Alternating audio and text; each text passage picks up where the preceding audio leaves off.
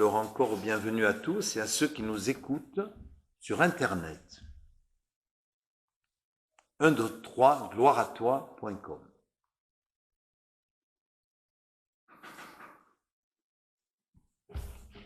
Nous arrivons donc, frères et sœurs, à la fin de l'année Luc, donc à la fin, comme j'ai dit au début, d'un cycle liturgique.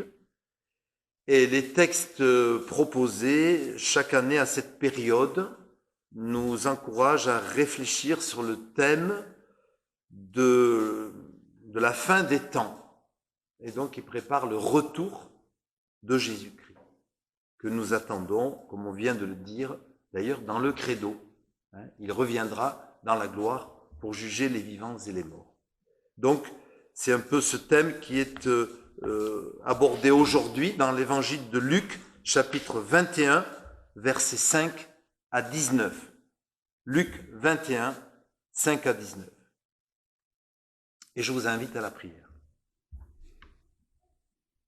Seigneur, nous venons de chanter notre foi dans ce cantique bien connu, que la parole méditée ensemble nous aide à approfondir notre foi, c'est-à-dire notre confiance. Et si nous avons des doutes, à trouver ton chemin, ta lumière, à nous laisser persuader par toi-même, que ta parole puisse germer dans nos cœurs. Nous t'en prions au nom de Jésus. Amen. Comme quelques-uns parlaient des belles pierres et des objets apportés en offrande qui faisaient l'ornement du temple de Jérusalem, Jésus leur dit, « Les jours viendront où de ce que vous voyez, il ne restera pas pierre sur pierre qui ne soit renversée. » Ils lui demandèrent, « Maître, quand donc cela arrivera-t-il et à quel signe allons-nous connaître que ces choses vont arriver ?» Jésus répondit, « Prenez garde que vous ne soyez séduits, car il en viendra plusieurs en mon nom, disant, « C'est moi », ou bien « Le temps approche ». Ne les suivez pas. Quand vous entendrez parler de guerre, de soulèvement, ne soyez pas effrayés, il faut que ces choses arrivent d'abord. Mais ce ne sera pas encore la fin. Alors il leur dit, « Une nation s'élèvera contre une nation, un royaume contre un royaume, il y aura de grands tremblements de terre, et en divers lieux des pestes et des famines, il y aura des phénomènes terribles et de grands signes dans le ciel. Mais avant tout cela, on mettra la main sur vous, et l'on vous persécutera. On vous livrera aux synagogues, on vous jettera en prison, on vous mènera devant les rois et devant les gouverneurs, à cause de mon nom. Cela vous arrivera pour que vous serviez de témoignage. Mettez-vous donc dans l'esprit de ne pas préméditer votre défense, car je vous donnerai des paroles et une sagesse telles que vos adversaires ne pourront leur résister ou les contredire. Vous serez livrés même par vos propres parents, par vos frères, par vos proches et par vos amis, et ils feront mourir plusieurs d'entre vous. Vous serez haïs de tous à cause de mon nom, mais il ne se perdra pas un seul de vos cheveux. Par votre persévérance, vous sauverez vos âmes. » Jusqu'ici, la parole de Dieu.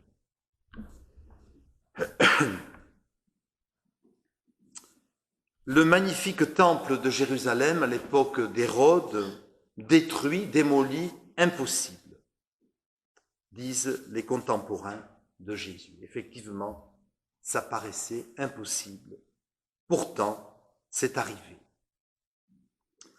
Je fais un lien avec l'incendie de Notre-Dame de Paris, notre cathédrale nationale qui a résisté à tant d'épreuves, eh bien, a bien failli cette année même être détruite par le feu. Et ça nous paraît encore aujourd'hui impossible. On dit, mais ça n'aurait pas dû arriver. Heureusement, elle a été sauvée, mais enfin, le combat n'est pas fini. Ça paraissait impossible sentimentalement. C'est arrivé. Jésus parle encore de tremblement de terre. Il vient de s'en produire un cette semaine au Teil, dans le département de l'Ardèche.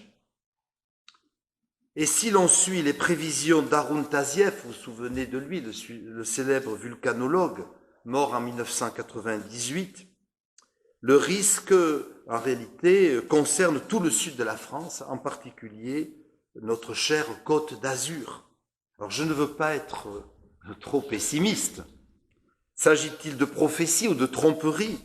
Je ne sais pas, mais en tout cas, une chose est sûre, pour nous, chrétiens, c'est que toutes les prophéties de Jésus se sont ou vont s'accomplir.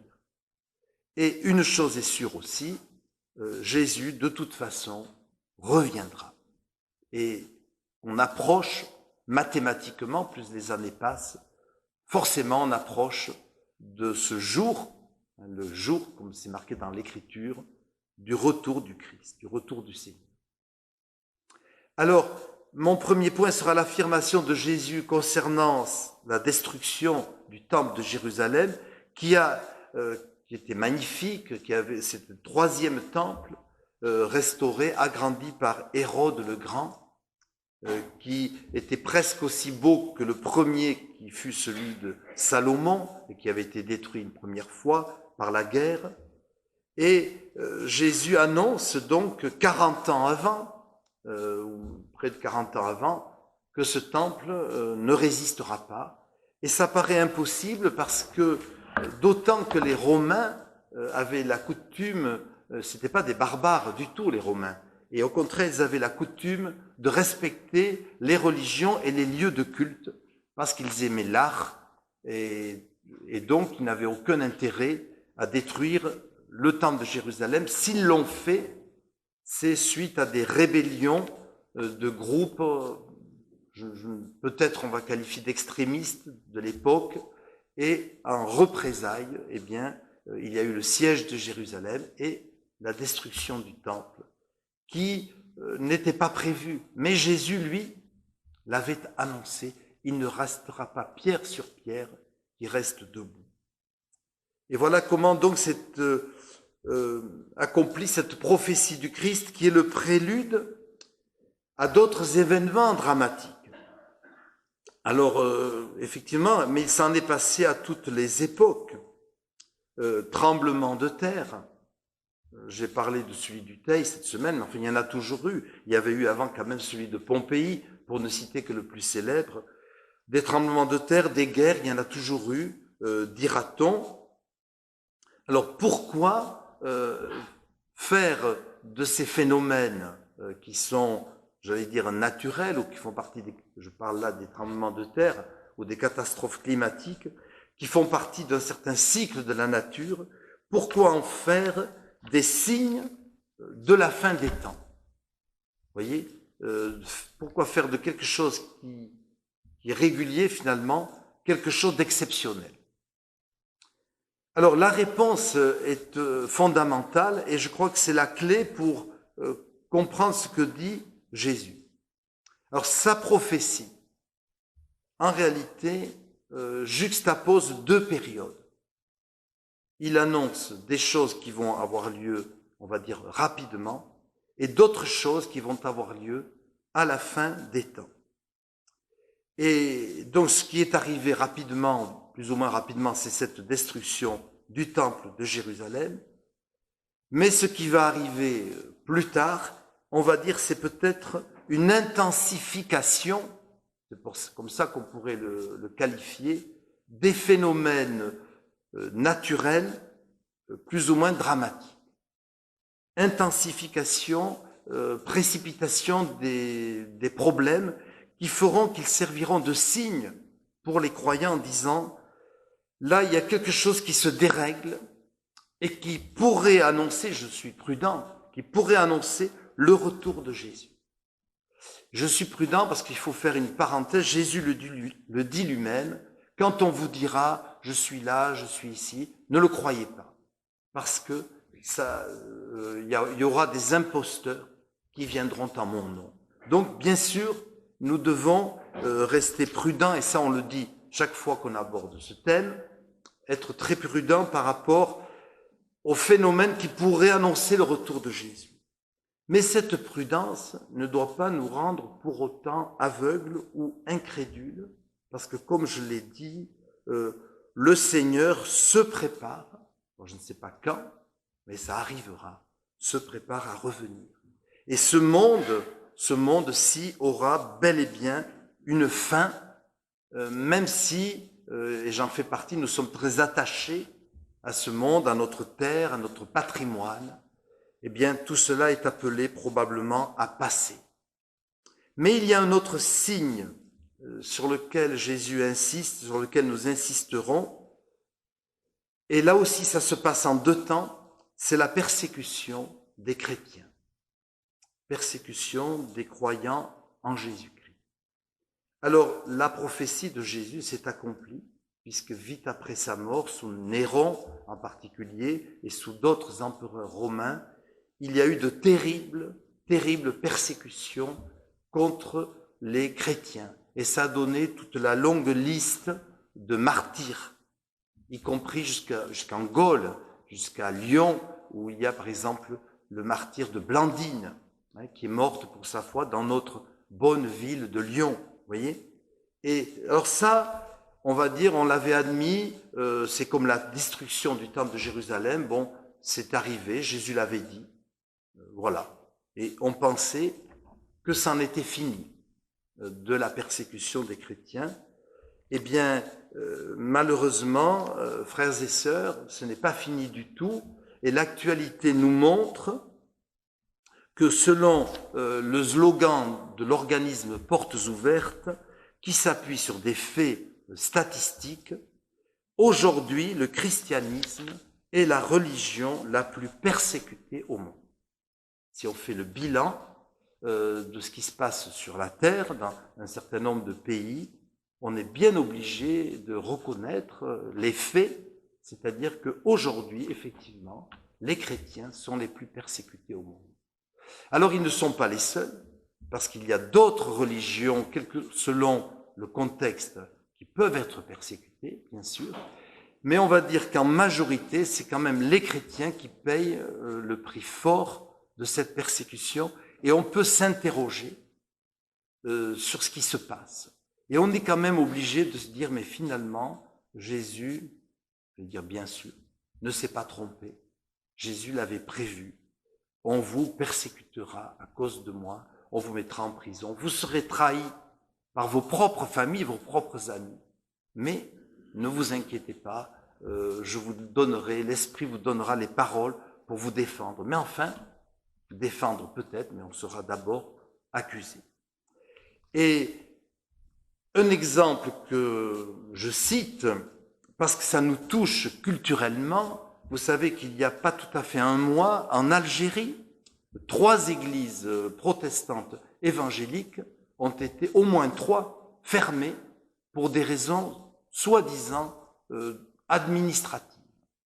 Mais bien sûr, on comprend que par derrière, il y a autre chose, une autre intention dans la fermeture d'églises, ça nous touche parce que nous sommes proches du peuple algérien et parce qu'il s'agit là de chrétiens protestants, en l'occurrence évangéliques, qui n'ont rien fait de mal sinon de se réunir. Et voilà que maintenant on veut les empêcher de se réunir dans un pays qui officiellement proclame la liberté de culte.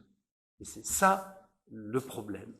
Et est-ce qu'alors, frères et sœurs, je poserai 2 questions. Est-ce que ça ne doit pas nous encourager pacifiquement, bien sûr, à réagir et à dire, là on n'est pas d'accord, on est solidaire de nos frères. Alors, il y a des tas de moyens de nous exprimer. Il ne faudrait pas que nous soyons trop passifs, parce que ce qui est arrivé à nos frères d'Algérie pourrait nous arriver à nous.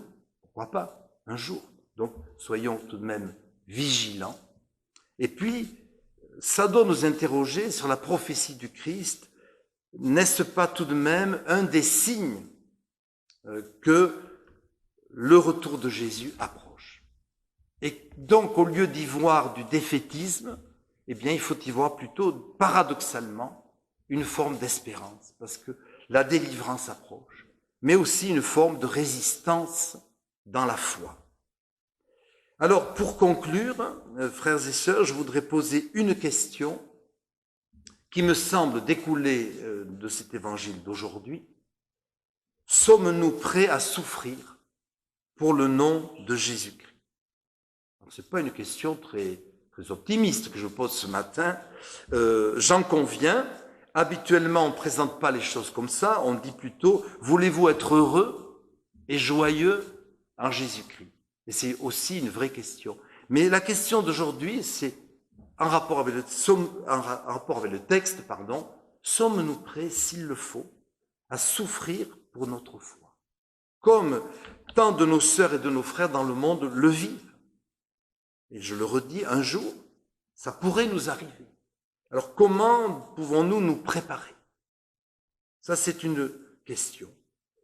Ensuite, est-ce que nous croyons fermement que Jésus va revenir? Et donc que paradoxalement, comme je viens de le dire, plus l'Église sera persécutée, plus aussi c'est le signe, eh bien, que le retour approche. Et donc la délivrance finale, générale, approche également. Et comme le dit Jésus dans un autre évangile, quand vous verrez tout ça, tout ce qui se passe, ce qui risque peut-être de se passer encore, eh bien, relevez la tête. Ne la baissez pas par fatalisme, mais relevez la tête parce que votre délivrance approche. Alors, frères et sœurs, voilà donc à la fois une alerte et un encouragement avec cette promesse formidable par laquelle notre texte se termine. Par votre persévérance, donc ça nous encourage à ne pas capituler, mais au contraire, à persévérer et à grandir dans la foi, par votre persévérance, sauvez vos âmes. Sauvez-vous pour la vie éternelle. Ne vous laissez pas abattre par les circonstances, mais sauvez vos âmes. Et il y a aussi une autre version qui traduit « acquérez la vie ». Par votre persévérance, eh bien, emparez-vous de la vie, de la vraie vie du Christ qui nous a été déjà donnée et qui bientôt nous sera donnée, frères et sœurs, en plénitude. Amen.